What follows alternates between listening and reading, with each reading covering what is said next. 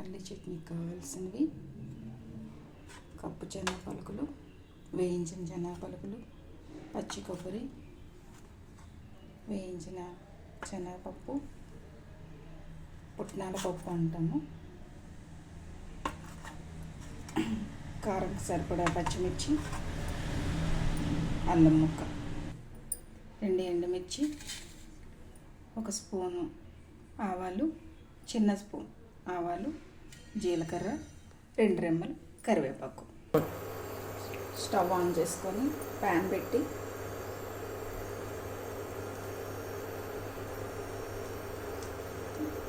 ఒక 2 చెంచాలు ఆయిల్ పోసి ఫస్ట్ పచ్చి కొబ్బరి,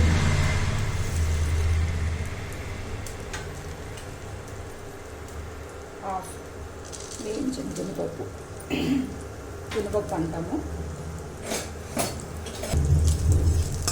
ఇప్పుడు కొబ్బరి, శనగపప్పు కొంచెం వేయించుకుంటూ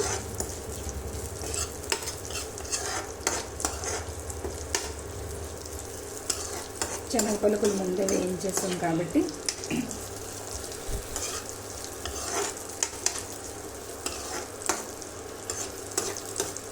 ఇవి కొంచెం వేగుతూ ఉండగా అందులోనే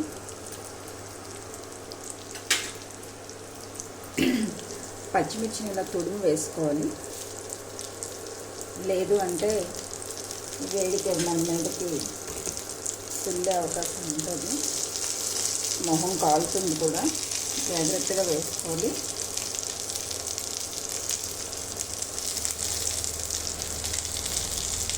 మీకు కారం సరిపడినంత పచ్చిమిర్చి వేసుకోవాలి. ఈ చట్నీ కొంచెం కారం ఎక్కువ ఉంటేనే బాగుంటుంది.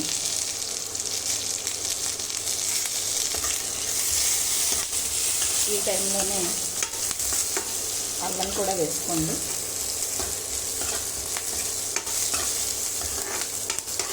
ఇలా వేగుతుండగా బాగా ఎర్రగా వేగాల్సిన అవసరం లేదు.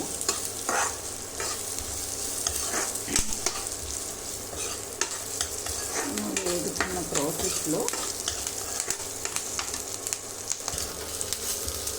ఇలా వేగుతూ ఉండగా చూడండి లైట్ బ్రౌన్ వచ్చింది కదా, వేయించిన శనగపప్పు, కొన్ని ప్లేసుల్లో దాల్ పప్పు అని కూడా అంటారు. నాకు ఎప్పుడు ఇది కన్ఫ్యూజనే, అందుకే దీన్ని మీకు వీడియో స్టార్టింగ్లో చెప్పేటప్పుడు కూడా వేయించిన పప్పు అని, మధ్యలో దాల్ పప్పు అని ఇలా చాలా వర్డ్స్ యూజ్ చేశాను.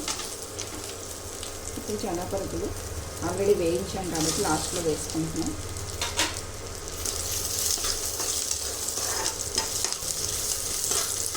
ఇప్పుడు వీటిలో తాలింపులో జీలకర్ర వేస్తాము, బట్ ఇందులో 1/2 స్పూన్ జీలకర్ర వేస్తే టేస్ట్ బాగుంటుంది చట్నీ.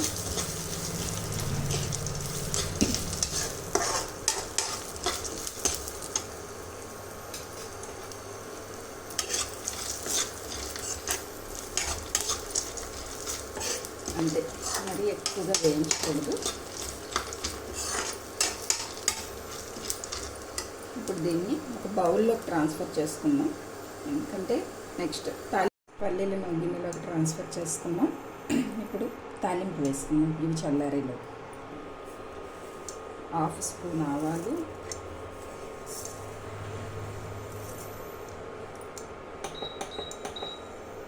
ఆవాలు వేసేటప్పుడు కొంచెం దూరంగా ఉండండి, చూసుకోండి. ఇది మన కళ్ళలో తులుతుంది చిట్పట్లు ఆడుతున్నప్పుడు, చూసారా చిట్పట్లు ఆడుతున్నప్పుడు. ఎండుమిర్చి, జీలకర్ర,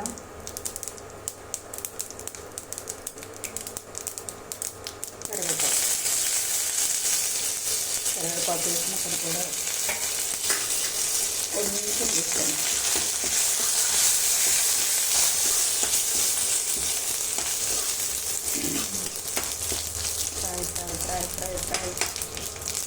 ఫ్రై చేస్తూ ఉండండి.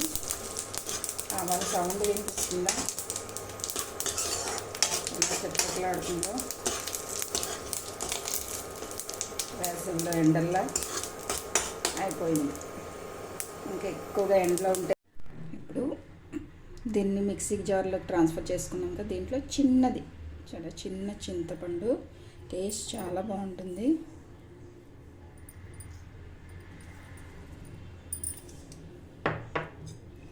రుచికి సరిపడగా ఉప్పు. ఇప్పుడు దీన్ని మిక్సీ పట్టుకో. మన చట్నీ రెడీ అయిపోయింది.